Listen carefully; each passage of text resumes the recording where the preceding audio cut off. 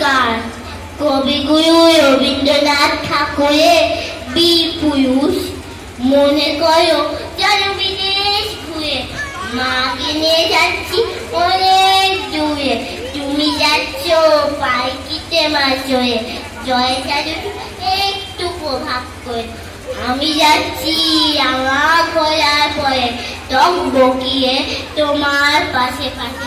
রাস্তা থেকে ঘোড়ায় ঘুরে ঘুরে রাঙা ধুলো মেঘ উড়িয়ে আসে। সন্ধে হয়েও সূর্য নামে পাতে এম যেন চোরা দেখি মাঠে ধু ধু করেছে দিক পানে চাষ কোনোখানে জনমানব নাই। তুমি যেন আপন মনে তাই ভয় পেয়েছো ভাবছো এম কোথা। আমি বলি ভয় কেন মা ওই দেখা যায় ভয়ানো দৃশ্যটা চুই কাটাতে মাছ রয়েছে থেকে মাঝখানে পথ গিয়েছে বেঁকে গরু বাসু নেই গো কোনোখানে। শুনতে হতে গেছে গায়ে পানে আমরা কোথায় যাচ্ছি কে জানে অন্ধকারে দেখা যায় না ভালো। তুমি জানো বই আমার দেখে দেখি ধারে ওই চিকিৎসে এমন সময় আরে ওই যে কারা আসছে যে যাচ্ছে যে তুমি ভয়ে পায়ে কিনতে এক কোণে ঠাকুর দেবতা স্মরণ করছো মনে। বিয়ারাগুলো পাশে কাটা বলে পায়ে কিসে কাঁপছে ছয় ছয়। আমি যেন বলছি তোমার দেখে আমি আসি ভয় কেন মা করো। হাতে আছি মাথায় সাকিয়া চুল কানে তাদের গোজা জবা ফুল।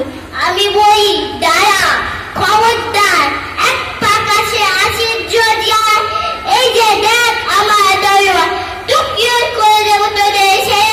শুনে তারা রম্ফ দেওয়াছে চেঁচিয়ে উঠে হারে তুমি বললে যাস নে খোকা হয়ে। আমি বই দেখো না চুপ করে ছুটে ঘোড়া গেম তাদের মাঝে ধায় তৈবার চঞ্চলিয়ে বাজে কি ভয়ানক লড়াই হলো মাঠে। শুনে তোমার গায়ে দেবে কাটা কত রোগছে বাইরে গেল ভয় কত রোগের মাথা পড়লেও কাটা। এত রোগের সাথে লড়াই করে ভাবছো পোকা গেলই বুঝি হয়ে।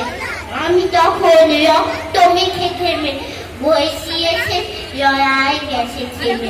তুমি তখন পাইকি থেকে নেমে মুখে নিচ্ছ আমায় করে বলছো ভাগ্যে খোকা সঙ্গে কি দশাই হতো তা না হয়ে রোজ কত কি হচ্ছে যাহা তাহা এমন কেন সত্যি হয় না হা। ঠিক যেন এক গল্প হতো তবে শুনতে যায় অবাক হতো সবে। দাদা বলতো কেমন করে হবে কোথায় এত কি জোর আছে পাড়ায় ওকে সবাই বলতো শুনে ভাগ্যে খোকা শিরোমার কাছে নমস্কার।